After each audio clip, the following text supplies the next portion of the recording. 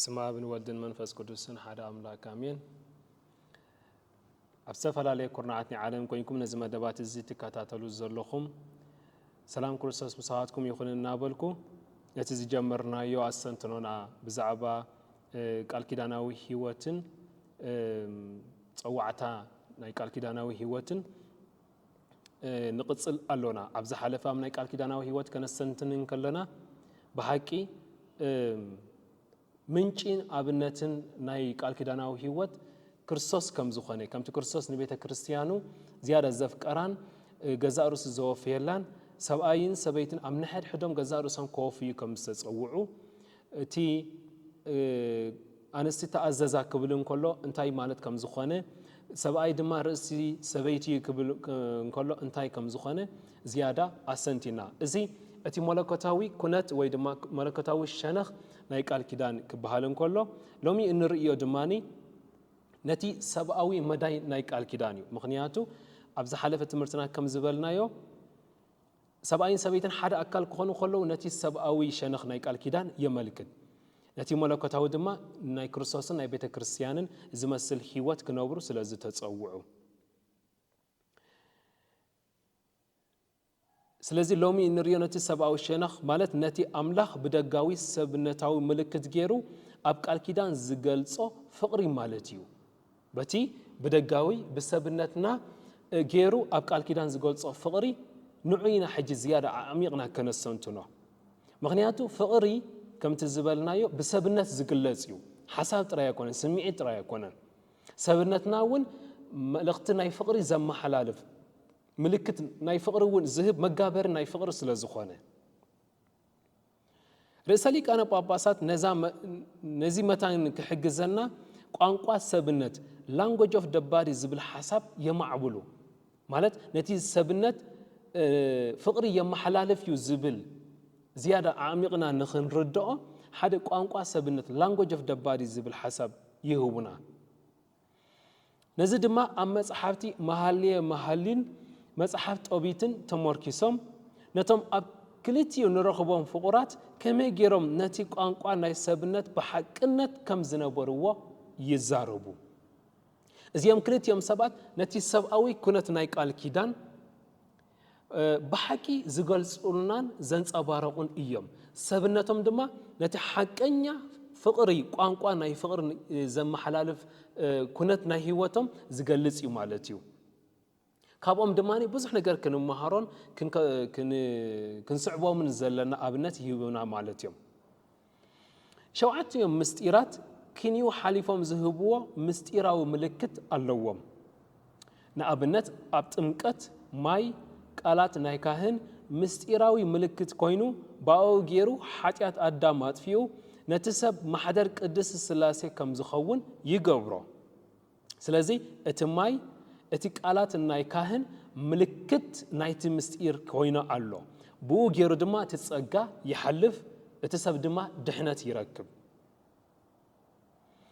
أبقى كده عندما أتي مستيراوي ملكت أينايو أنت إلنا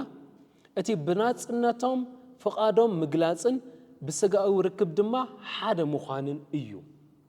حجي بنات إنتهم فقادهم كجلسن كله مالت أنا مساخي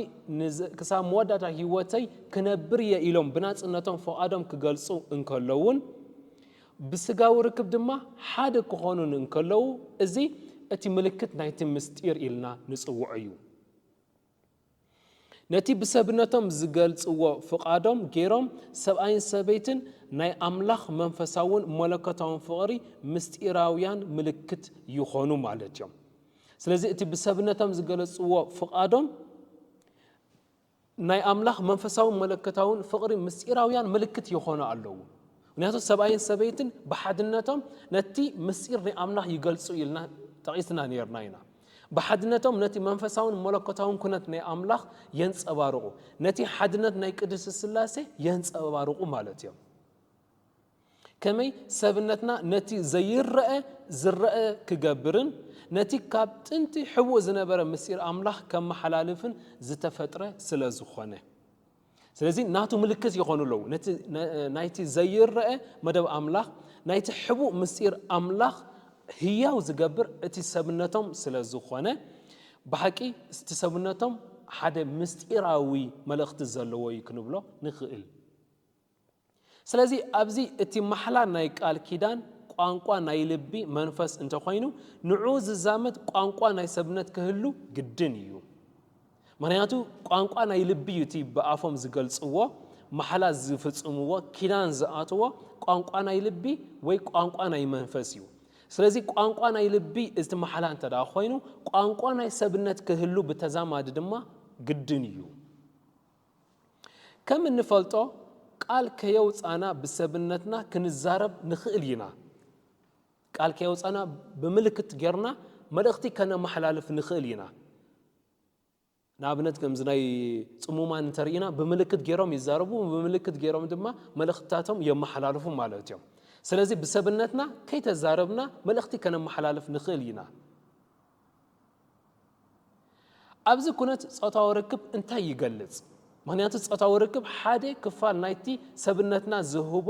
ዘረባ ዘይብሉ ዘመሐላልፎ መልእኽቲ ቋንቋን ስለዝኾነ እቲ ሓንቀኛ ቋንቋን ትርጉሙን እንታይ እዩ ንርዕሰ ሊቃነ ጳጳሳት ሓድነት ናይ ሰብኣይን ሰበይትን ነቲ መለኮታዊ ፍቕሪ የንጸባርቕ ይብሉ ሓድነት ናይ ሰብኣይን ሰበይትን ነቲ መለኮታዊ ፍቕሪ ዝገልጽ بجزاء رسول تصاتا وركب علامة يكون كينيو حليف زم حلالفهم ملخت اللقوة اتزم حلالفهم ملخت دماني حدنت إيو اتحدنت دماني نتي ملكته وفقري ني أملاخ زجلسن نتحدنت نايك قدس السلاسي زجلسن يو نعوي يا محلالف اتي بسبنتهم زفص موت تصاتا وركب كما نزينا زتصوعنا نعود ما هنكو نبل زلنا نتي فر أملاخ كان نصبارق كل سبوكا ولا ابن حاتيات هيوت كنبرن كله كابتني عالم زخفه هيوت كنبرن كله اوشتو جن نتي ملكته وفقري ناي مهنطاين حرر ناي مبالنا له نعو ركبالو خيلو كاينا تجيغا منقد زخيد نزي سبنتا وفقري كنردا ناي كرسوس فقري كنردا يلينا اتي بسبنتنا نما حلالو فقري كنردا انت دا خوينا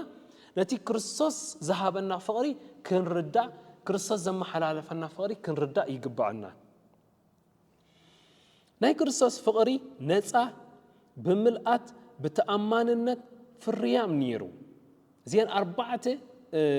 يتقالل نيرو اتفقر ناي كرسوس بنصا يتفقروا قليصلنا بملئاتيو بزي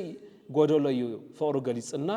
بتأمانነትዩ فقروا قليصلنا اتفقروا خاب جزاء رسو فراي نيرو فريام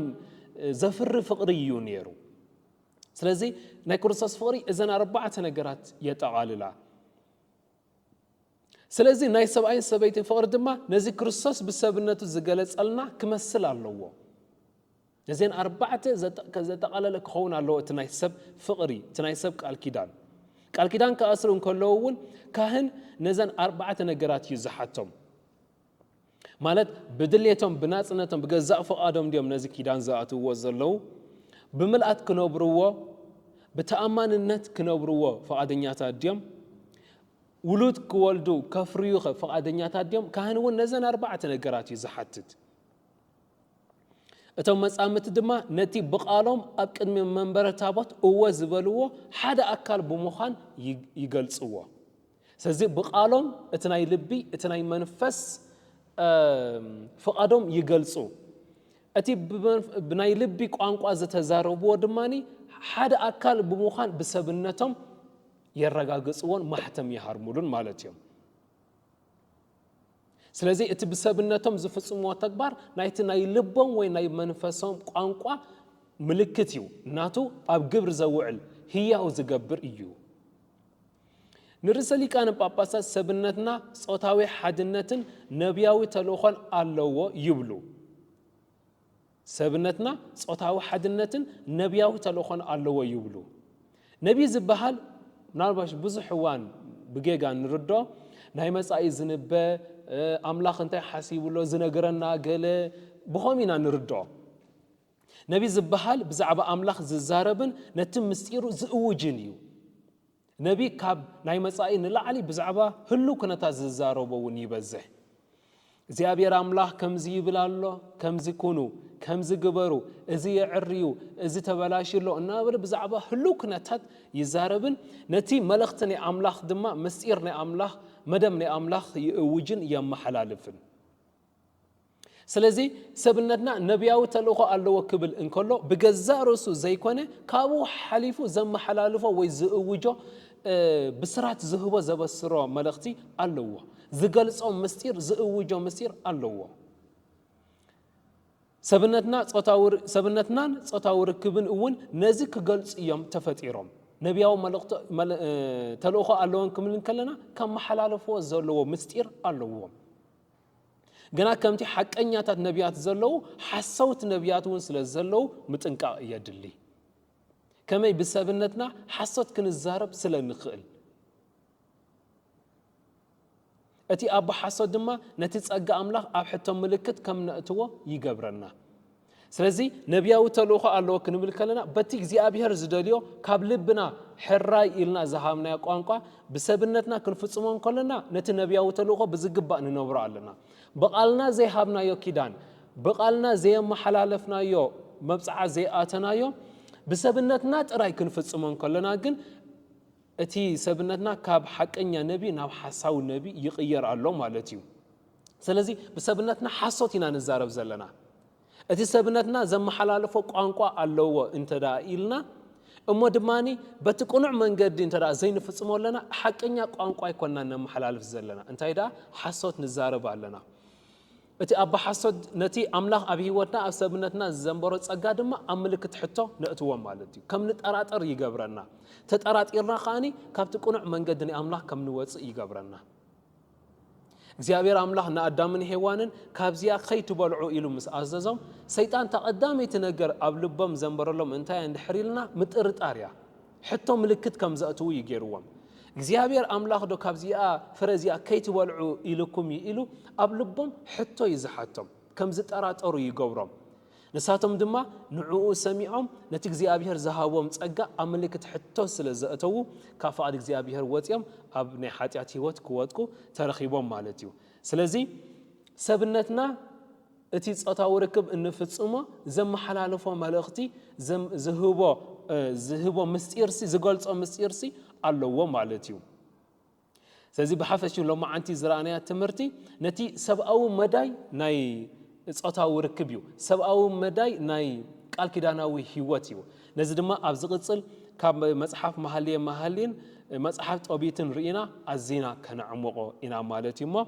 ክሳብ እንራኸብ ኣብ ዝመጽእ ዘሎ ትምህርትና ዝያዳ መታን ክንዕምቆ ናሰንትኖ ዝኾነና ኣብ ሓዳር ከመይ ዓይነት ህይወት ናይ ጾታዊ ርክብ ክህሉ ኣለዎ ኣብ መንጎ ሰብኣይን ሰበይትን ከመይ ዓይነት ህይወት ናይ ጾታዊ ርክብ ክህሉ ኣለዎ ሰብኣይን ሰበይትን ኣብ ሓዳሮም ዝፍጽምዎ ጾታዊ ርክብ ካብ ፍትወት ስጋ ዝነቐለ ከይከውን እንታይ ክገብሩ ኣለዎም ኣብ ሓዳር ሰብኣይ ንበዓልቲ ቤቱ ክዕምጻ ይኽእል ዶ ብዙሕ እዋን ዝሕተት ሕቶ እዩ እሞ ኣብ ዝመጽእ ዘሎ ዝያዳ መብርህን መልስን ክንህብ ኢና ክሳብ ሽዑ እግዚኣብሔር ኣምላኽ ኣብ ዘለናዮ ሰላሙን በረኸቱን የብዝሓልና